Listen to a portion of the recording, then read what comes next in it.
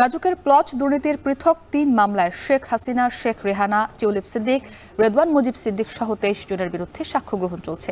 এ নিয়ে আরো জানাতে ঢাকা মহানগর দায়রা জজ আদালত থেকে যুক্ত হয়েছেন রাব্বি হোসেন। রাব্বি, জানাবেন যে এখনো পর্যন্ত এই মামলায় কত জনের সাক্ষ্য গ্রহণ করা হয়েছে?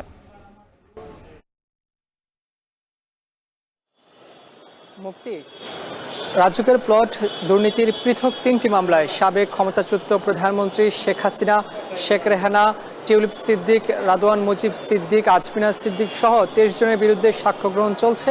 এখন মূলত একজনের সাক্ষ্য গ্রহণই চলছে। দুদক কর্মকর্তা, দুদকের উপপরিচালক সালাউদ্দিন তিনি সাক্ষ্য দিচ্ছেন। তিনি একটি মামলার বাদী, অর্থাৎ বাদীদের সাক্ষ্য গ্রহণই আজকে অনুষ্ঠিত হবে এবং আরও ২ জন সাক্ষী আজকে সাক্ষ্য দিবেন।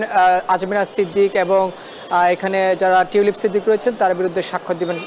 মূলত সাক্ষ্যতে আজকে যে কথাগুলো উঠে আসছে যে শেখ হাসিনা যখন প্রধানমন্ত্রী ছিলেন তার ক্ষমতার অপব্যবহার করে তার যে পরিবার রয়েছে, শেখ রেহানা এবং শেখ হাসিনার পরিবারের সদস্যরা এই রাজুকের প্লট বরাদ্দ নিয়েছিলেন, রাজুকের আইন অমান্য করেছেন। রাজুকের আইনে বলা আছে যে কোনো ব্যক্তি যদি রাজুকের কোনো প্লট, ঢাকা এবং নারায়ণগঞ্জে কোনো প্লট যদি বরাদ্দ নিয়ে থাকে একবার, পরবর্তীতে সে আবার আবেদন করতে পারবে না। আবেদন করলেও সে আবেদনটি বাতিল হবে। কিন্তু এই যে শেখ হাসিনার পরিবার, শেখ রেহানার পরিবার কোনো প্রকার আবেদন করেননি, আবেদন করা ছাড়াই তারা প্লট নিয়েছিলেন এবং রাজুকের অনেক কর্মকর্তা, গণপূর্ত অধিদপ্তরের অনেক কর্মকর্তা তাদের নিজেদের লাভবান হওয়ার উদ্দেশ্য শেখ হাসিনার পরিবারকে, শেখ রেহানার পরিবারকে প্লট দিতে বা প্লট বরাদ্দ দিয়েছিলেন। এই কথাগুলো তারা মূলত আজকে বাদীর যে সাক্ষ্য রয়েছে সেই সাক্ষ্য হয়ে উঠে আসছে এবং আরও ২ জন সাক্ষী রয়েছেন, আরও একজন সাক্ষী রয়েছেন আজমিনা এবং টিউলিপ সিদ্দিকিতে। তারা মূলত আজকে যে কথাগুলো বলবেন আমাদেরকে জানিয়েছেন যে সাক্ষ্যগ্রহণ, লিখিত একটি সাক্ষ্যগ্রহণও তাদের রয়েছে।